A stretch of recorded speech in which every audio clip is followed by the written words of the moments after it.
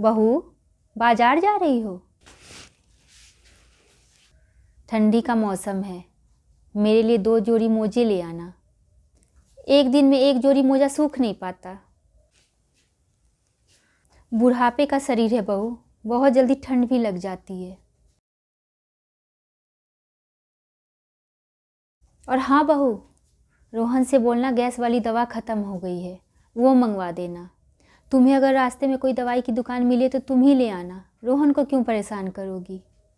Mummy जी, अब घर में किसी को भी बाजार जाते देखती हैं तो कोई ना कोई डिमांड रख देती हैं।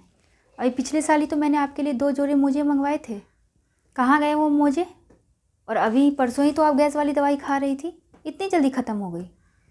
बहू, अब तुमसे क्या छुपाना। वो जो हमारी पड़ोसन है ना, सरला जी, कितने दिनों से अपने बेटे और बहू को मोजे के लिए बोल रही थी, लेकिन उनके बेटे बहू को वक्त ही नहीं मिल रहा था, तो मैंने अपने वाला मोजा उन्हें दे दिया। बेचारी ठंड से परेशान हो रही थी, मुझसे देखा नहीं गया। और जहाँ तक गैस वाली दवाई की बात है, जब मैं पिछले हफ्ते गांव गई थी ना, तो तुम्हारी चाची सास को गैस की दिक्कत हो रही थी, तो मैंने वो दवाई उन्हें दे दिया और बता दिया कि खाली पेट सुबह खाना खाने से 1 घंटा पहले खाने के लिए।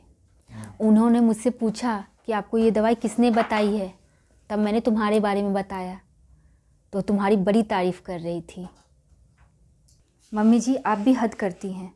हमने घर में कोई फार्मेसी या धर्मशाला खोल के नहीं रखी है, जो आप अपनी चीज़ों को बांटती रहती हैं। पता है, इन चीज़ों के भी पैसे लगते हैं, ये चीज़ें कोई फ्री में नहीं मिलती। आप तो ऐसे चीज़ों को बांटती हैं जैसे खुद कमा के पैसे लाती हैं। ये आखिरी बार है जब मैं आपको मोजे ला के दूँगी। अगर आज के बाद आपने किसी को भी कुछ भी बांटा तो दोबारा मुझसे उम्मीद मत कीजिएगा, समझिए आप?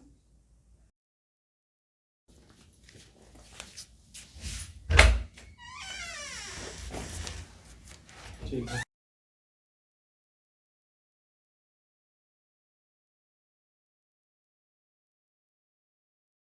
हे भगवान, कितनी ठंडी है। इस ठंडी में तो मुझसे हिला भी नहीं जा रहा।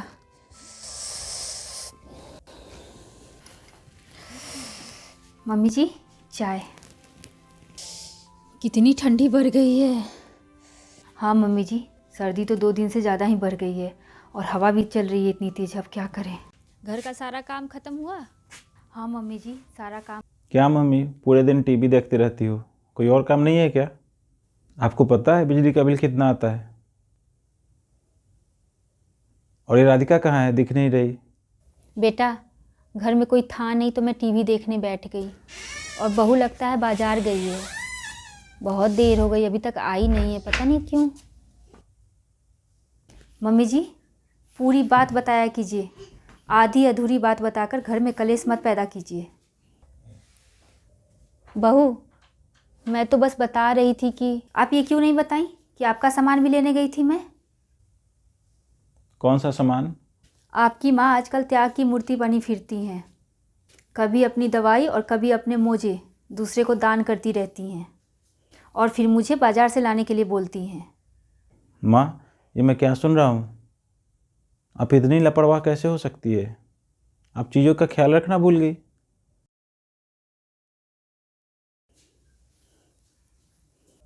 अगर ऐसा ही चलता रहा तो मुझे और आपकी बहू को आपकी हर चीज़ों का हिसाब रखना पड़ेगा।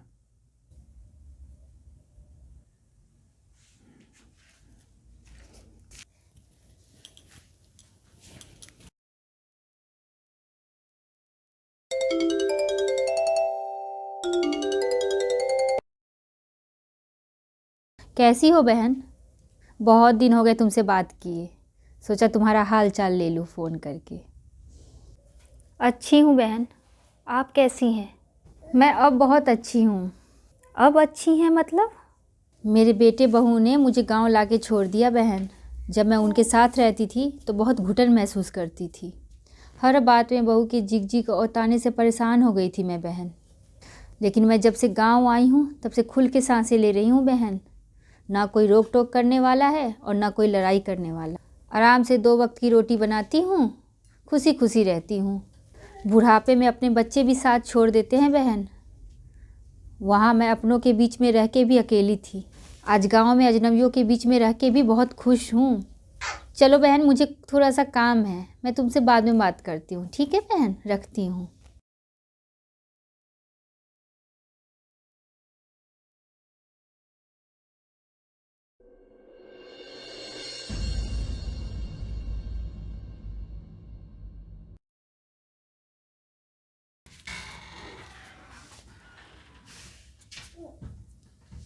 बेटा, मुझे गांव जाना है। अब से मैं गांव में ही रहूँगी। गांव जाना है? मेरे पास इतना टाइम नहीं है जो मैं आपको छोड़ने जाऊं। ड्राइवर को बोल दूंगा, छोड़ देगा आपको। हाँ, और एक बात याद रखिए, मेरे पास इतना वक्त नहीं है जो मैं आपसे मिलने गांव आया करूंगा। कोई बात नहीं बेटा, और ड्राइवर को भी भेजने की ज़रूरत नहीं है, मैं अकेली ही चली जाऊँगी।